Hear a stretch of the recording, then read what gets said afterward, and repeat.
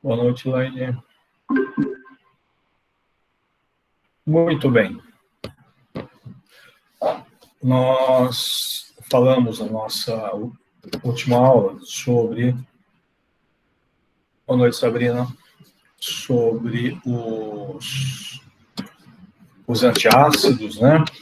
Os citoprotetores. Falamos aí da célula parietal, de algumas secreções gástricas, né? E aí nós precisamos falar dos fármacos antissecretores, que são os fármacos mais utilizados no tratamento das gastrites, das úlceras, né? O que nós utilizamos aí no nosso dia a dia. Então, são os fármacos antissecretores. Aí nós temos os antagonistas do receptor H2. Lembra que eu frisei na nossa aula que a célula parietal tinha 3 receptores estimulantes da secreção. Mas um era o principal, e o principal era o receptor H2, né? Que é o receptor da histamina. Então, essa classe anti-H2, antagonistas de H2, foi praticamente a primeira classe a ser utilizada no tratamento efetivo das úlceras, né? O primeiro foi a cimetidina, depois aí nós temos a ranitidina, a famotidina, a nizatidina, mas o que nós temos mais hoje é a ranitidina e famotidina. Muito bem. O uso clínico principal é inibir a secreção ácida gástrica, né? Diminui a concentração intracelular de AMPC, reduzindo a secreção do ácido gástrico. Não tem efeito sobre H1. Lembra que eu disse que o receptor H1 é o receptor que está relacionado com o estado alérgico, né? A alergia, os antialérgicos são os anti-H1. O anti-H2 não age em H1, assim como o anti-H1 não age em H2, ok? Então, são bastante seletivos, ok? Então, eles agem antagonizando o H2, diminuindo aí a concentração intracelular de AMPC, consequentemente, inibindo a secreção ácida gástrica. Eles são utilizados para úlceras pépticas, úlceras de estresse agudo, né, em UTI, e também para azia, que é a pirose, né? Hoje, essas úlceras e estresse agudo, né, em paciente internado, tal, em UTI, o paciente pode ter hemorragia gástrica, né, por úlcera de estresse. A ranitidina, ou a cimetidina, era bastante utilizada na forma intravascular. Hoje, nós temos apresentações de inibidores de bomba, né, intravascular, então estão sendo mais utilizados hoje. Mas você pode também estar utilizando o anti-H2. Bom, esses anti-H2 são administrados por via oral, né? Voltando a linha aí, oral, e também por via parenteral.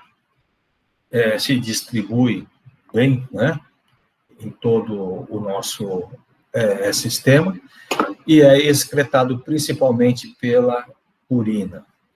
A ranitidina, ela é 5 a 10 vezes mais potente que a cimetidina.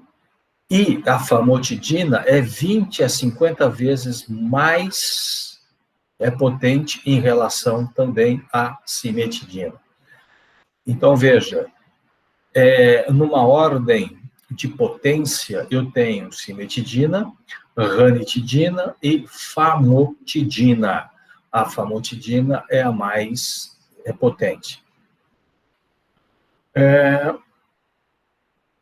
Num caso de úlcera, tá? A dose é recomendada, a dose é curativa, é recomendada, de cimetidina é 800 gramas dia. A ranitidina é 300 gramas dia. E famotidina é 40 miligramas dia. Então, aí você vê a diferença de potência entre elas.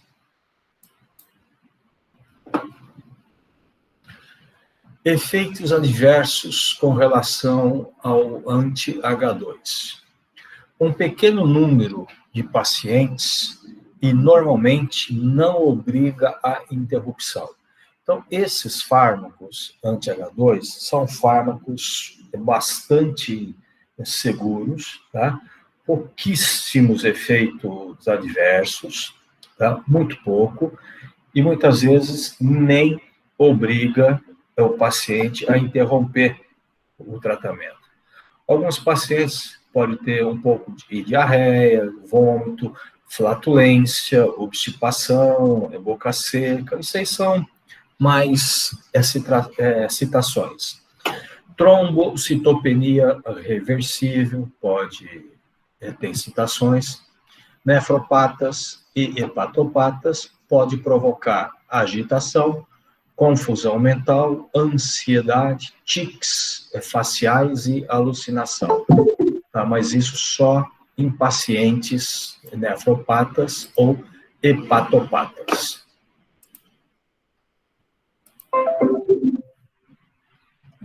Muito bem.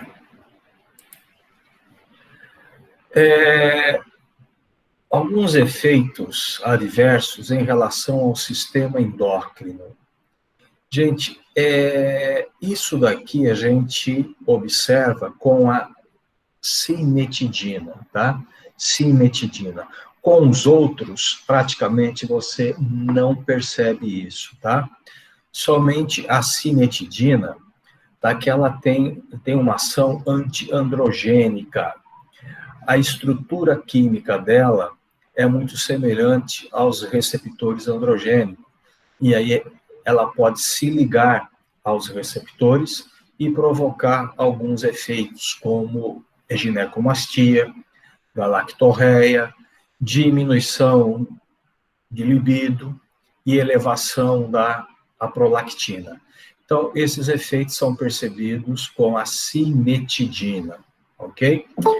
Mas, como eu disse, a cimetidina hoje, ela é muito pouco utilizada, tá? Praticamente a gente não usa mais ela. A preferência hoje é pela ranitidina ou famotidina. Quando se bloqueia o receptor H2, você tem uma inibição, né, da bomba, você tem a inibição da secreção gástrica, né, ácida gástrica. A célula parietal também é responsável, eu falei isso na última aula, pela secreção do fator intrínseco. Vocês lembram o que é esse fator intrínseco? O que ele faz? Ele é responsável pela absorção de vitamina B12, né? Então, quando se usa um antagonista de H2, você pode ter também diminuição do fator intrínseco, ok? A cimetidina, ela é uma potente inibidora enzimática, tá? Ela inibe aí alguns complexos enzimáticos do citocromo P450, tá? Então, ela é inibidora enzimática.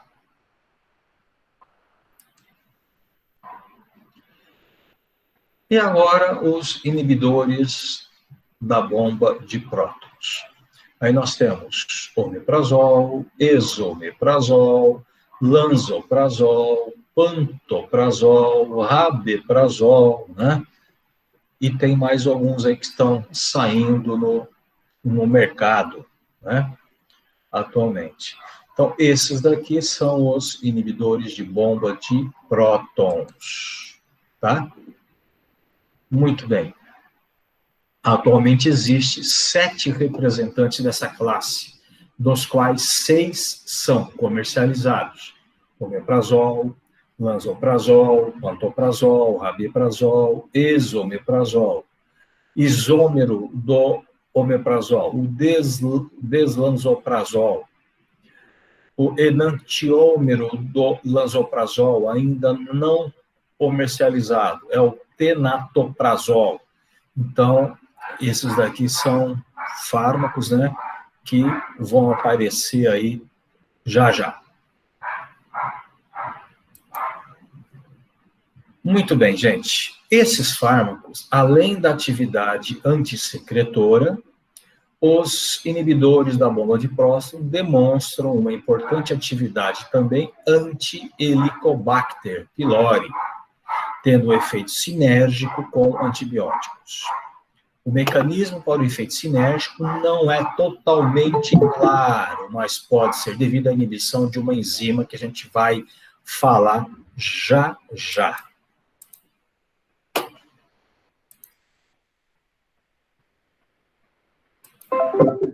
Muito bem.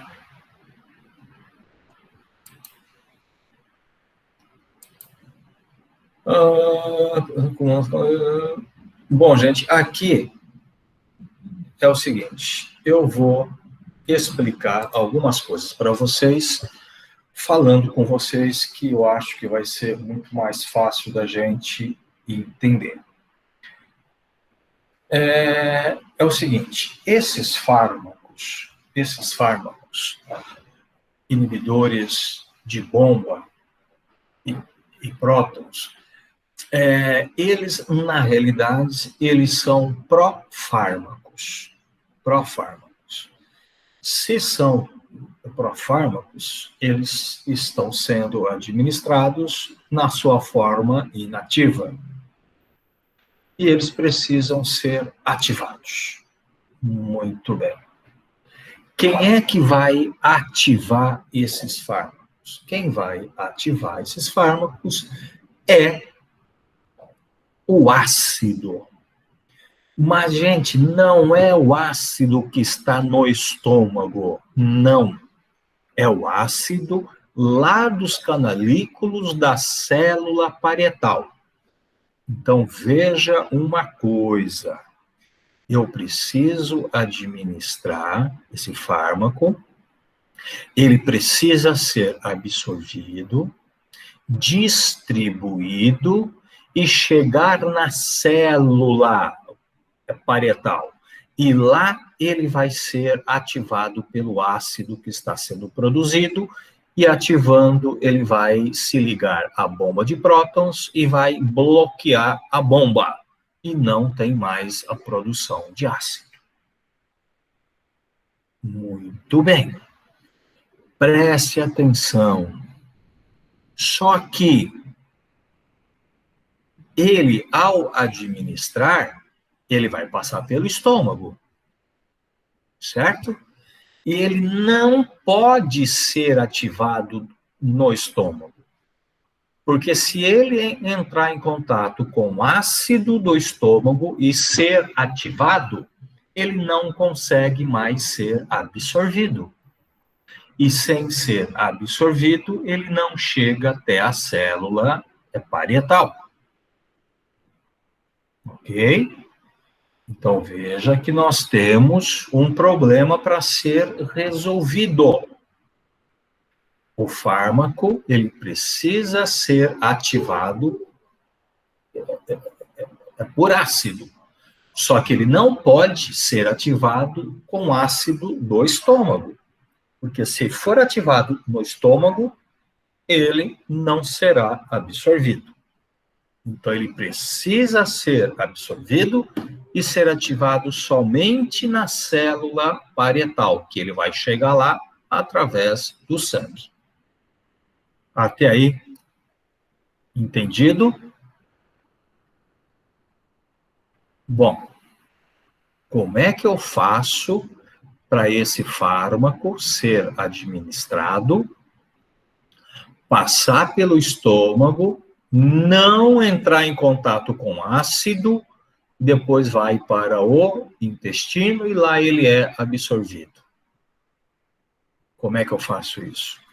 Eu faço isso preparando uma forma farmacêutica, né? Um revestimento desse fármaco ácido resistente, né?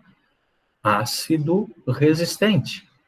Eu vou administrar esse profármaco protegido por uma membrana que não solubiliza em meio ácido.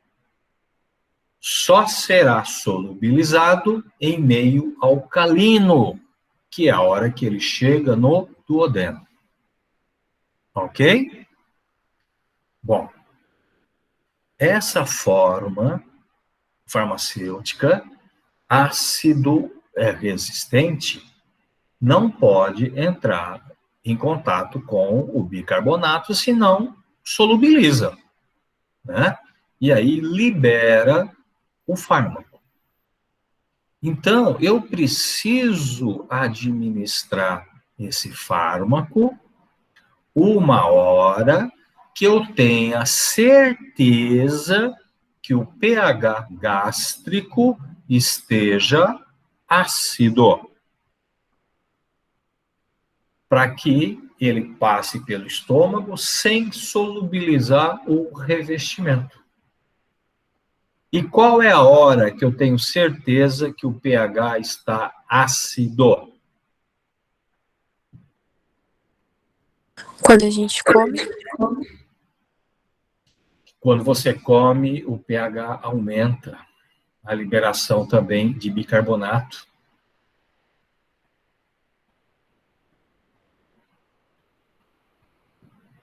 De manhã? De manhã. Quando? De manhã. Logo que a gente acorda? Como é que você chama isso? Em jejum. Em jejum. Muito bem. Então, a melhor hora para se usar esses fármacos inibidores de bomba é jejum. No jejum. Então, de manhã, em jejum. Por quê? Porque eu tenho certeza que o pH vai estar ácido. Tá? Aí eu tomo ele. Só que não adianta nada você tomar e comer logo, né? Você tem que tomar e esperar aí uma meia hora tal, para depois você se alimentar. Ok? Então, a melhor hora é o jejum. Fora do jejum, você nunca vai ter certeza se o seu pH vai estar ácido ou não. A não ser que você fique aí a tarde inteira, né? 6 horas sem comer nada, tal. Tudo bem. Mas é difícil. O jejum é a hora certa, tá? Para isso. Ok? Entender o porquê que eu tenho que tomar em jejum? Alguma dúvida até aí?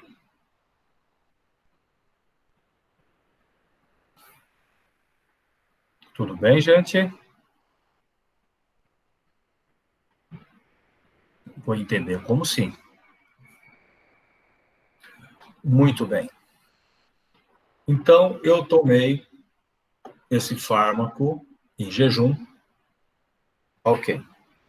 Aí, ele vai passar pelo estômago, vai entrar no duodeno, lá encontra com o bicarbonato, que vem lá do pâncreas, né? O pH é alcalino, a nível de duodeno. o revestimento vai solubilizar e liberar esse profármaco. E aí ele será absorvido. Vai para a circulação. Através da circulação, ele chega até os canalículos da célula parietal. Chega lá. Chegando lá, ele encontra ácido que está sendo produzido, sintetizado.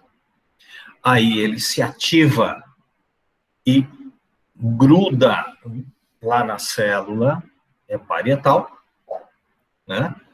E bloqueando a célula. Detalhe,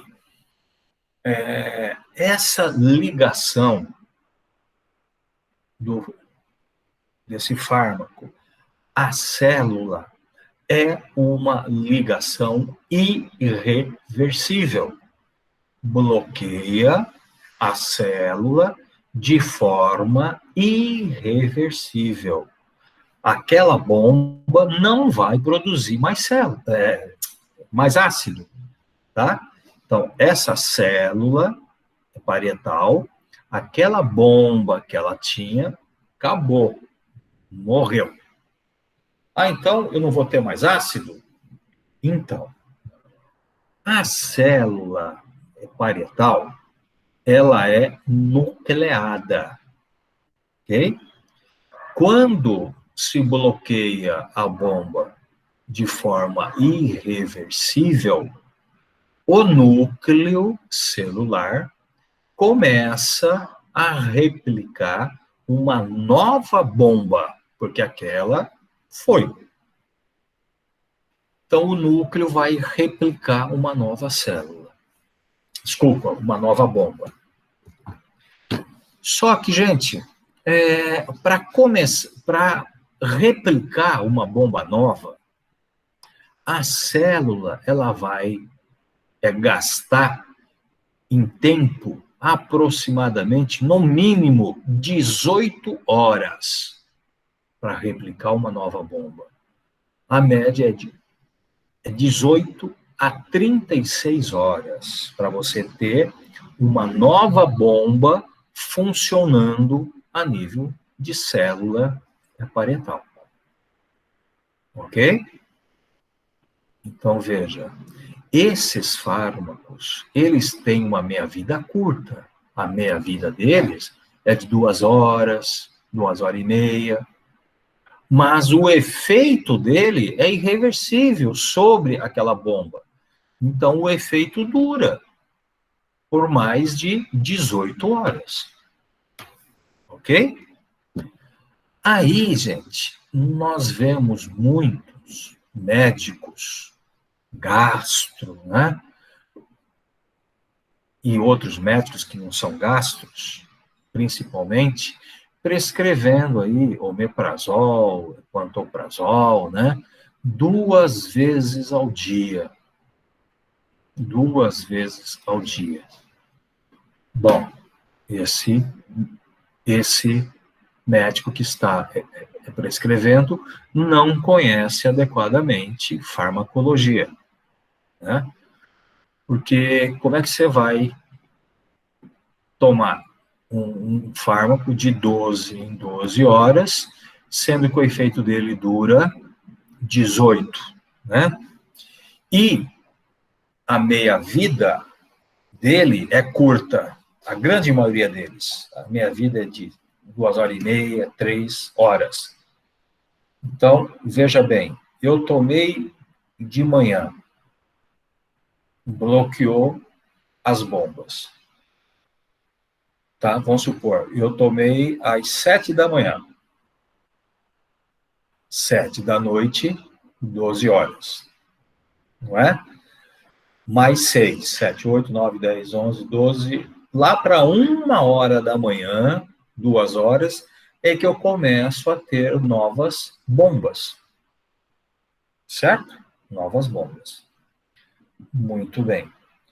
Você tomou um às 7 da manhã, você vai tomar outro 7, 8 horas da noite.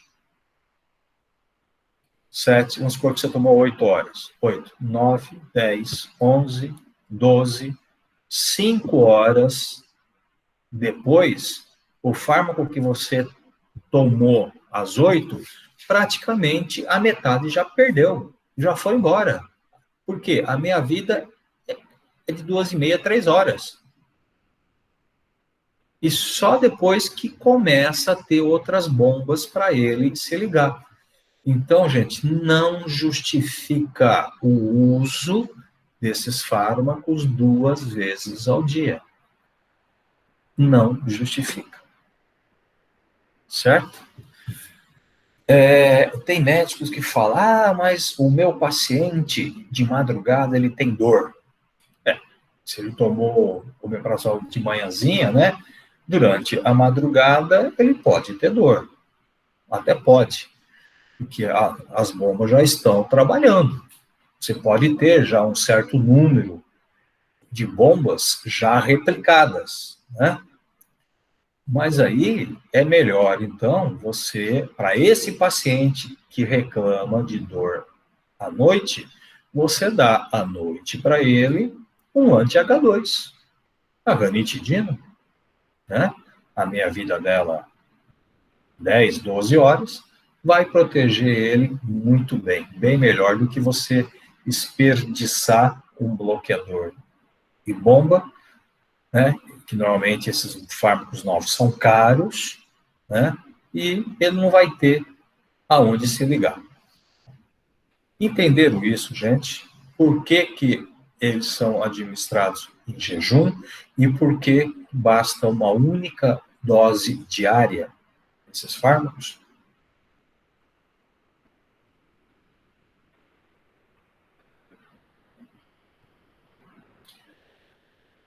Ou vocês estão muito inteligentes hoje, ou vocês só entraram e fugiram todo mundo e ninguém está aí. Eu estou falando aqui sozinho.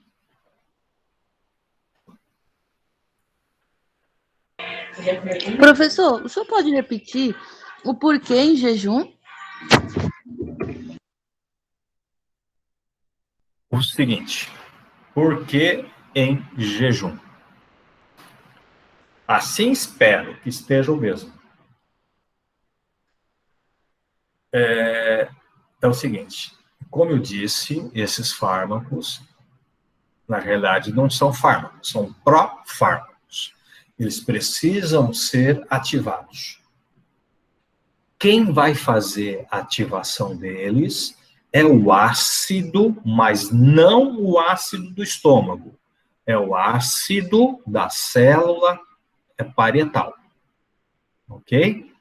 Por quê? Porque se ele for ativado pelo ácido do estômago, ele, quando ativado, ele não consegue mais ser absorvido.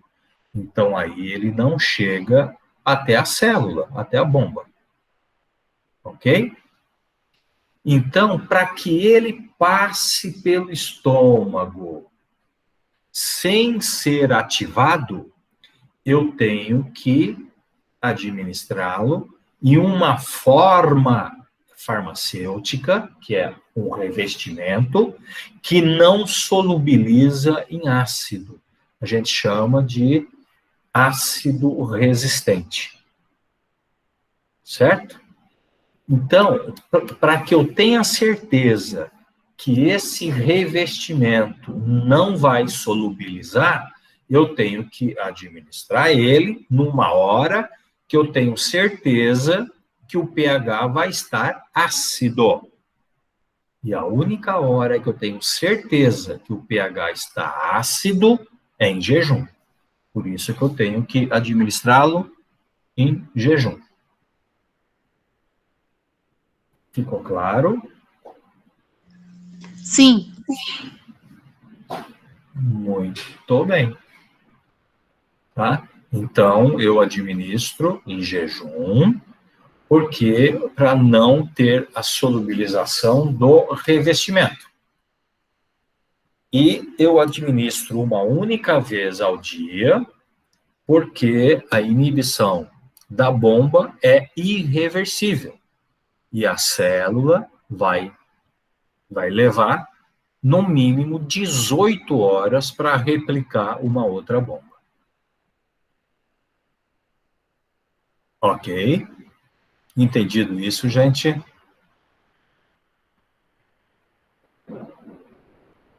Beleza. Gente, o anti-H2, a cimetidina, a ranitidina, né?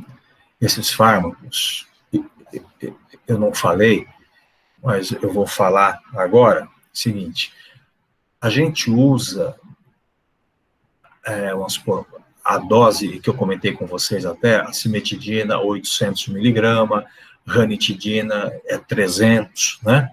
Essa dose, ela pode ser dada em uma dose única ou pode ser fracionada em 2 vezes. Então, eu posso dar de manhã e à noite. Agora, se eu for dar numa dose única, eu sempre tenho que dar à noite, tá? Então, os anti-H2, é importante sempre ter uma dose à noite. Então, se for em dose única, à noite. Se for 2 vezes, de manhã e à noite, tá? E por que à noite? Porque à noite nós temos, né, a atividade parasimpática. Lembra? O parasimpático predomina à noite. E o parasimpático, ele vai estimular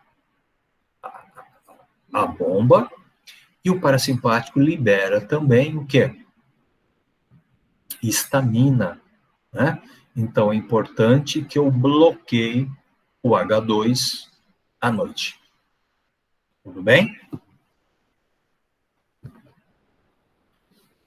Beleza. Muito bem. Vamos lá, voltar aqui. Passar parental, muito bem, já falamos. Profarm, degradação pH, já falamos. Muito bem, já falei. Aqui, não interessa. Quando preocupação de segurança, tratamento prolongado, muito bem. Deixa eu falar uma coisa aqui com vocês. Gente, existe as recomendações, né, em consenso, em diretrizes, né, de gastroenterologia, que o tratamento existe. O tratamento curativo de úlceras e um tratamento um tratamento preventivo. Por que os dois? É o seguinte, normalmente, mais de 50% das pessoas tratadas de úlcera voltam a ter úlcera em menos de 1 ano. Veja bem, mais de 50% das pessoas tratadas de úlcera voltam a ter úlcera em menos de 1 ano. Então, a incidência de recidiva é muito alta. Então, aí se instituiu o tratamento curativo e o tratamento preventivo, né? Então, existem as doses do tratamento curativo e existe a dose para o tratamento preventivo. Normalmente, o tratamento curativo é feito em 8 semanas, ou seja, 2 meses, tá? Tem médico que está usando até 3 meses, tá? Mas, pelo menos, até onde eu vi aí os consensos, ainda falava em 8 semanas. Tudo bem? Então, eu vou, vamos supor, prescrever omeprazol, 40 miligramas por dia, por 8 semanas. Se eu for tratar com a ranitidina, eu vou dar 300 miligramas dia por 8 semanas. Se for a cimetidina, 800 miligramas dia por 8 semanas. Ok? Então, o tratamento, dose, é curativa, 8 semanas. Muito bem. Fez o tratamento. Curou. 8 semanas. Ótimo. Então, aí, hoje, está se instituindo, teve a gastrite, por quê? Teve a úlcera, né? Porque o paciente é ansioso, ou porque ele come fora todo dia, ou porque fuma, ou porque não sei o quê. Bem, são causas, gente, que é difícil você remover. Você trata, mas a causa vai continuar. O indivíduo, ele vai continuar fumando, o indivíduo, ele vai continuar comendo fora, porque ele trabalha, né? O indivíduo, ele vai continuar ansioso ou nervoso, né? Por quê? Porque ele continua sem dinheiro, ou porque ele trabalha muito, enfim. Veja que é difícil você remover a causa, né? Então, esse paciente volta até a úlcera. Então, aí se instituiu o curativo e depois o preventivo, para evitar a recidiva, né? E nessa, tá, de prevenir, né, a prevenção, gente, normalmente é feito com a metade da dose curativa, tá? Pelo menos é isso que é preconizado. Então, você usou 40 miligramas dia de omeprazol. Você vai fazer agora a prevenção com 20 miligramas dia. Ou dias alternados. Dia sim, dia não. Né? 300 miligramas de ranitidina. Agora eu vou fazer a manutenção com 150 miligramas à noite. Certo? Então, a dose é a metade. E com isso, gente, tem gente aí, né, que usa esses fármacos há anos. Há anos. Né? Toma todo dia, há anos, e vai tomando. Né? Então, tem alguns trabalhos que apontam aí, né, algumas incidências, né, de algumas coisas que estão sendo atribuídas ao uso indiscriminado desses fármacos, principalmente os inibidores de bomba de prótons. Uma delas, veja bem, não existe comprovação científica em humanos. Não existe. Se falar isso para o seu médico, falar, não existe nada que comprova. Realmente não existe. Mas em animais de laboratório existe. O quê? Lembra da gastrina, célula G, que produz a gastrina por estímulo alimentar? O que bloqueia a liberação de gastrina? Vocês lembram? O que leva ao bloqueio da gastrina? Quem lembra?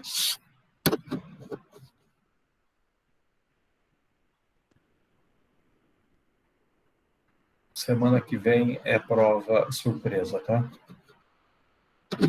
Para vocês irem estudando. É sério? Sério.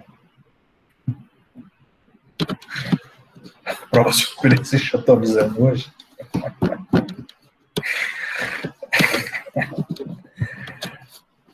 O que é, gente?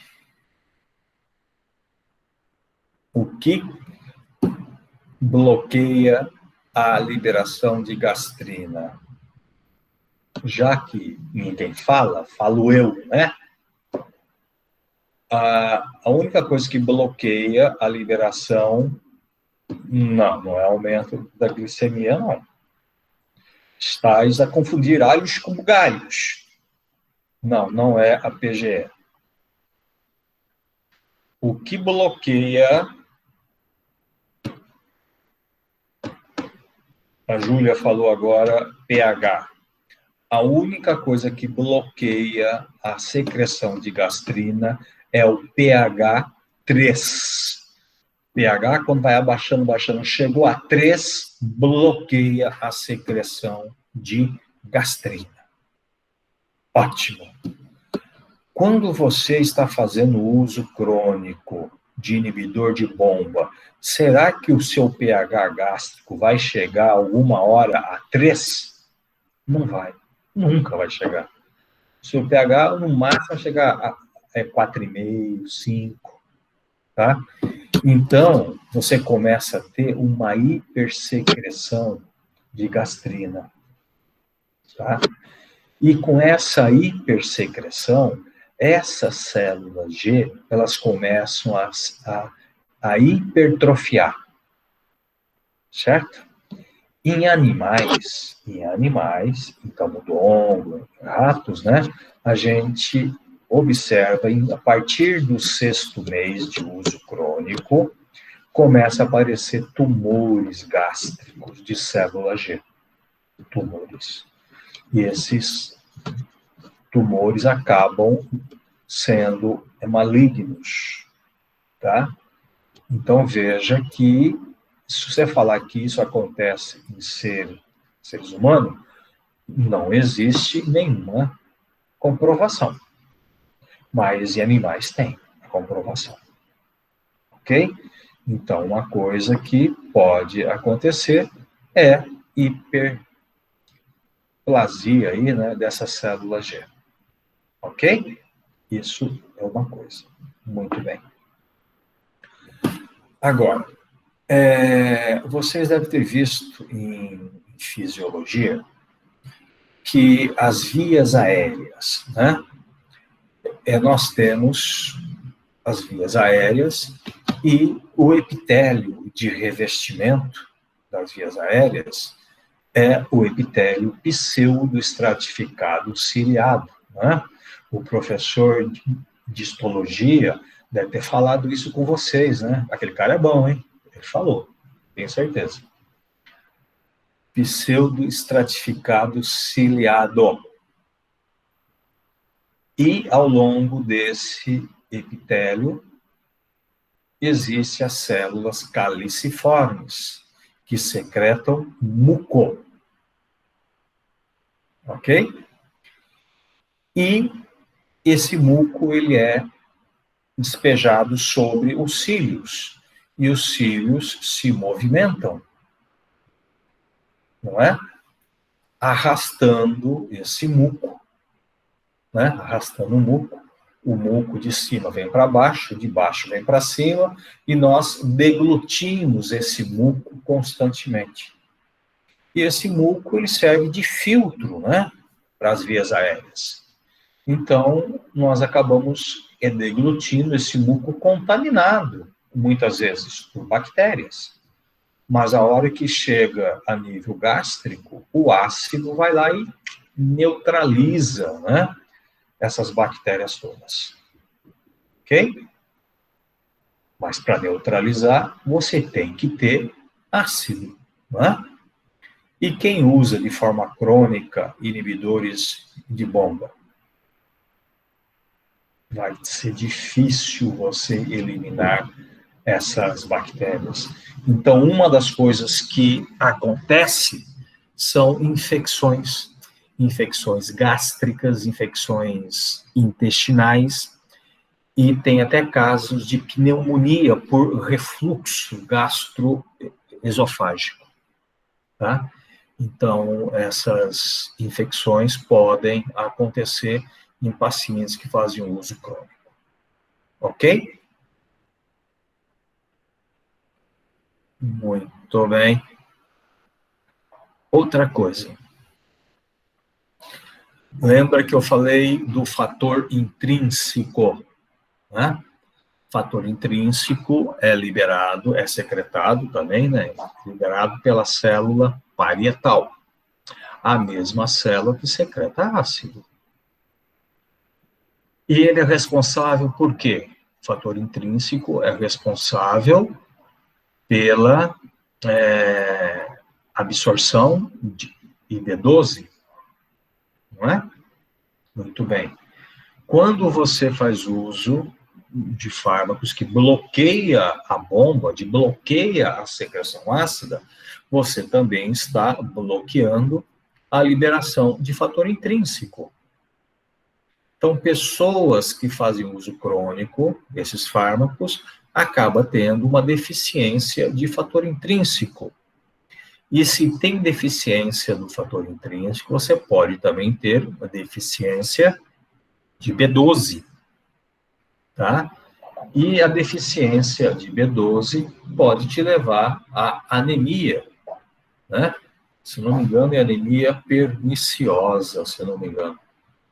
Perniciosa, tá? Por carência de B12. Ok? Muito bem. Outra coisa. Lembra que nós temos o pepsinogênio a nível gástrico? E o pepsinogênio ele se transforma, ele é ativado, né, em pepsina. E a pepsina é a enzima que acaba quebrando as proteínas, né? E para nós isso é importante, porque nós não absorvemos proteínas, nós absorvemos aminoácidos. Então, nós precisamos quebrar as proteínas para que eu consiga aproveitá-las. Muito bem. Quem é que faz a ativação do pepsinogênio? Ácido gástrico. Quando se faz uso desses fármacos também, né, de forma crônica, você acaba tendo menor ativação do pepsinogênio, você acaba tendo menor quantidade de pepsinas, você acaba tendo menor quebra de proteínas, você acaba tendo uma deficiência na absorção de aminoácidos, tá? Então, você pode vir a ter carência proteica.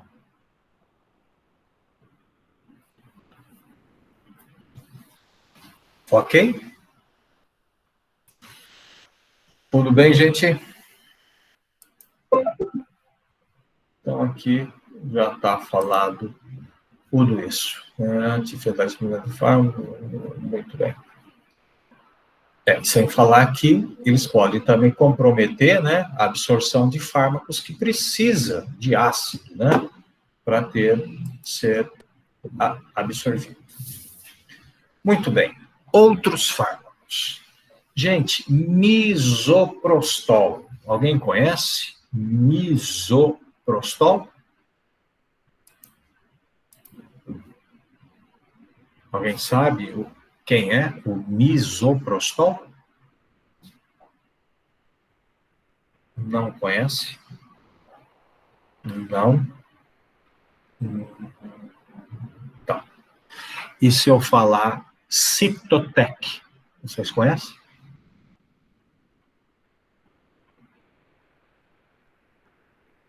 Não? Sim? Nunca?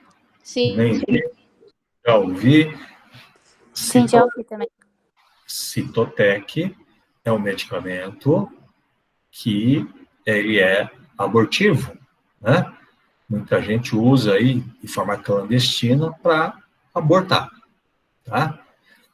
Mas, gente, o misoprostol, que é o Cytotec, ele foi feito, tá? A intenção dele é para tratar úlcera.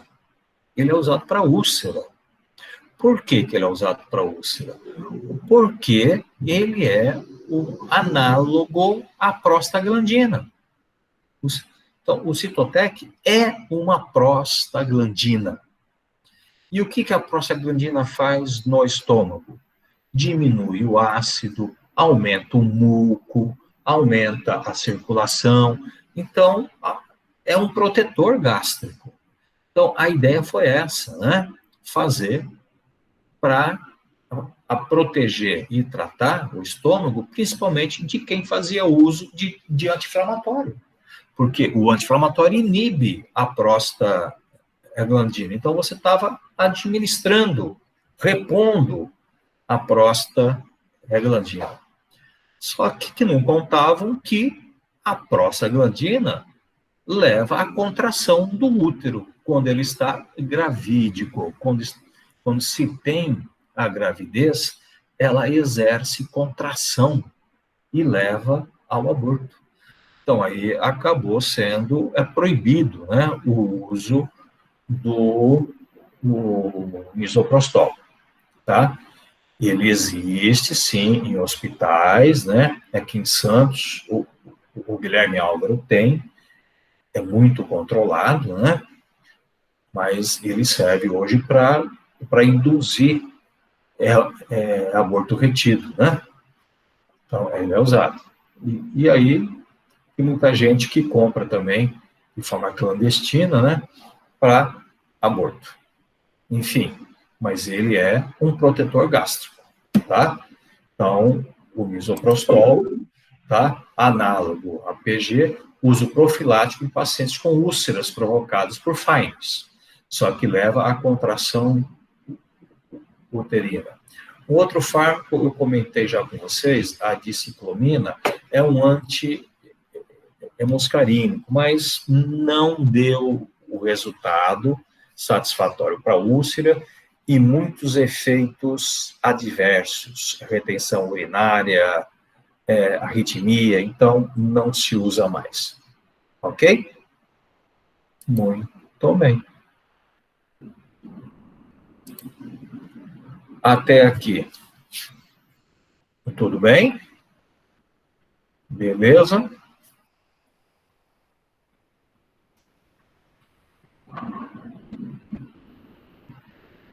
Beleza, então. Vamos em frente. Gente, H. pylori. Nós comentamos que H. pylori é uma das principais causas hoje, né, de úlceras, né, de úlcera. E a H. pylori, gente, ela se aloja no muco protetor, né, e ela se alimenta desse muco protetor. E aí ela vai corroendo aquele muco e criando caminhos para que o ácido entre e chegue até a célula da mucosa, provocando lesão. E, além disso, também parece que ela produz algumas outras substâncias que acabam também sendo lesivas à célula. Mas eu queria perguntar, como que a H. pylori ela consegue sobreviver a um pH ácido, né? O estômago é ácido. Como que ela sobrevive? Então, é o seguinte, a H. pylori, ela tem uma enzima chamada urease. Essa enzima, a urease, ela converte ureia em amônia. Ela pega a ureia e converte em amônia. Essa amônia, ela é tamponada com o hidrogênio e acaba formando o hidróxido de amônio. Se é hidróxido, é o que mesmo, gente? Lembra do hidróxido de alumínio, hidróxido de magnésio? São bases, né?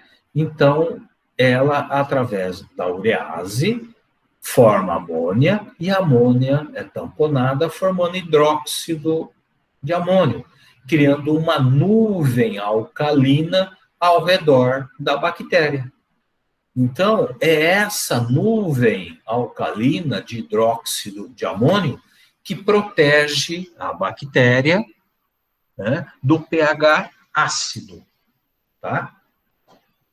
e outros fatores também de virulência, né, da H. pylori que causam lesão do hospedeiro. Muito bem. A urease, gente, trata-se de um antígeno que desencadeia uma poderosa resposta imune, tá? A urease. Daqui a pouquinho a gente vai falar mais dessa urease. Bom, aqui tem, gente, outros fatores, tá, de virulência, mas isso aqui não interessa para nós, tá bom? Não se preocupem com isso, tá? Não se preocupem. Gente, só um detalhe que eu queria falar com vocês. Quem tem H. pylori acaba também tendo uma secreção de ácido aumentada. Por que H. pylori aumenta a secreção de ácido? Vocês lembram? A gente acabou de falar, agora mesmo, que a gastrina, não é? É uma substância que estimula a produção de ácido. E quem controla a secreção de gastrina é o pH. Então, pH 3 inibe a secreção. Muito bem. Só que quando você tem uma colônia de H. pylori, você imagina só, um monte de H. pylori em cima dessa célula G. Tem muito ácido lá, mas essa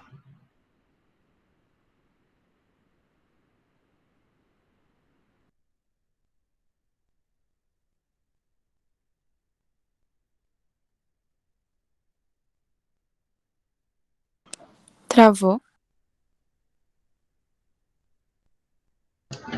Para mim, travou também.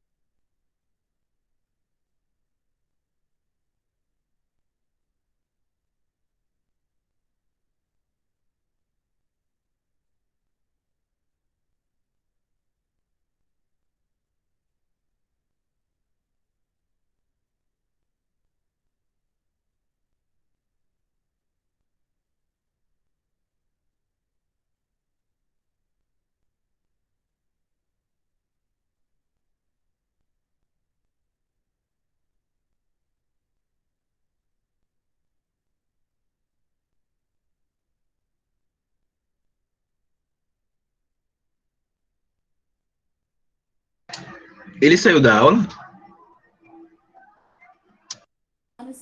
Eu acho que saiu.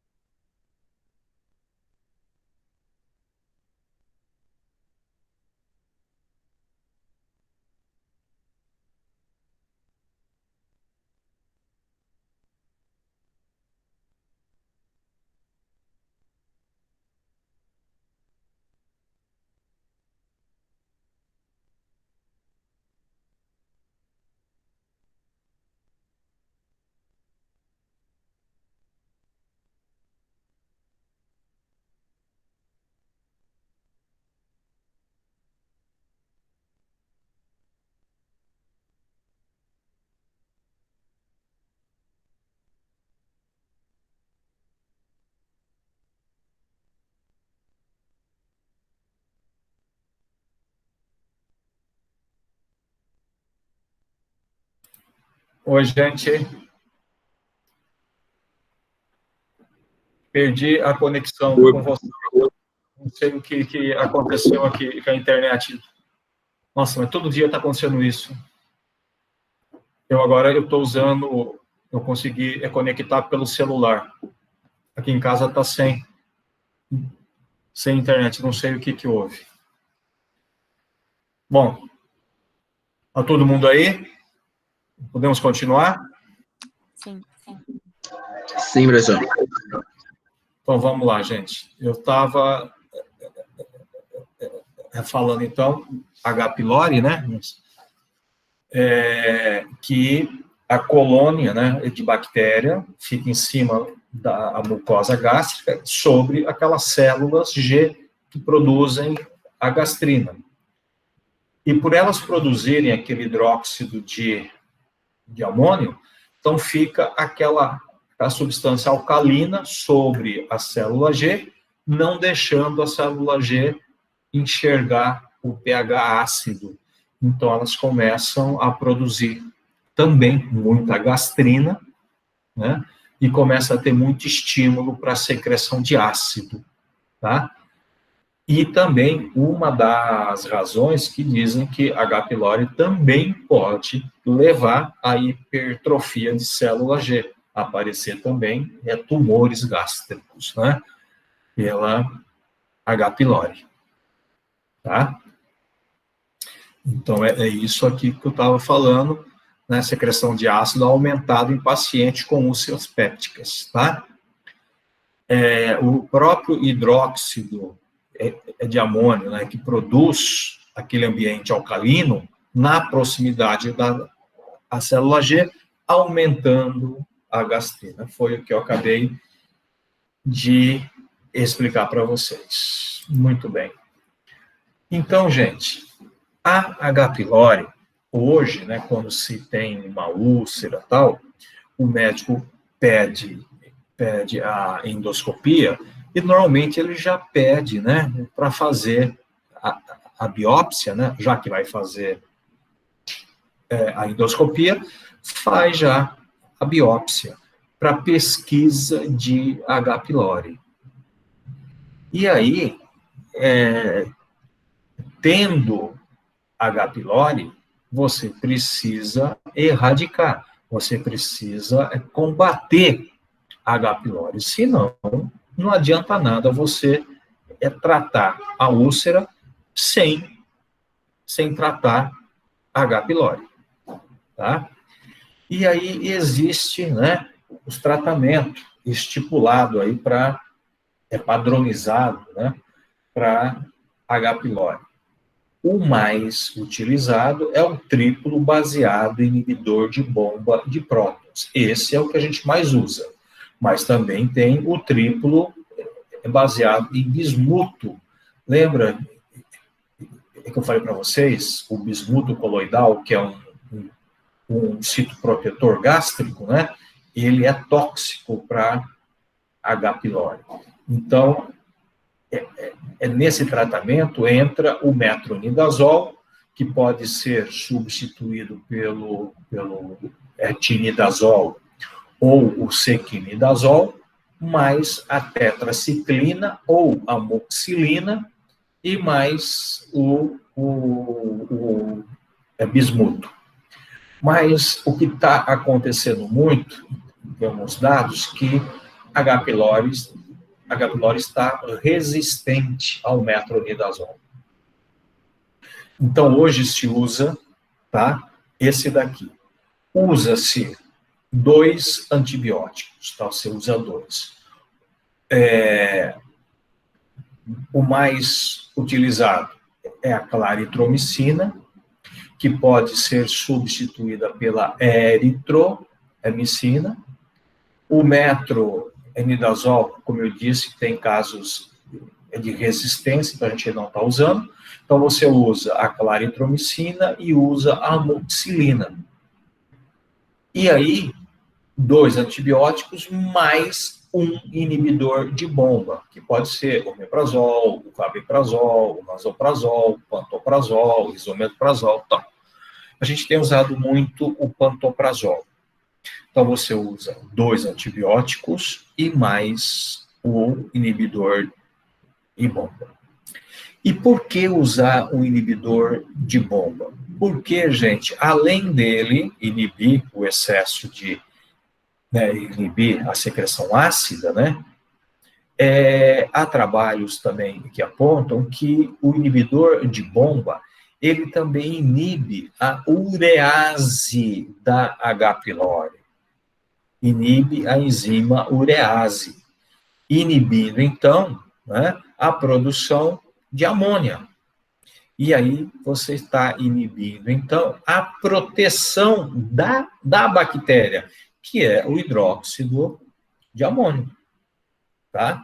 Então, é por isso que se usa, né, o inibidor de bomba. Então, o que nós usamos hoje? A claritromicina, a amoxicilina, mais um inibidor de bomba de prótons, tá? É esse o tratamento que se usa. E existe alguns médicos que usam isso por 14 dias, ou outros por 21 dias, né? Mas é esse o tratamento que é preconizado. Ok? Beleza? Dúvidas? Até aqui?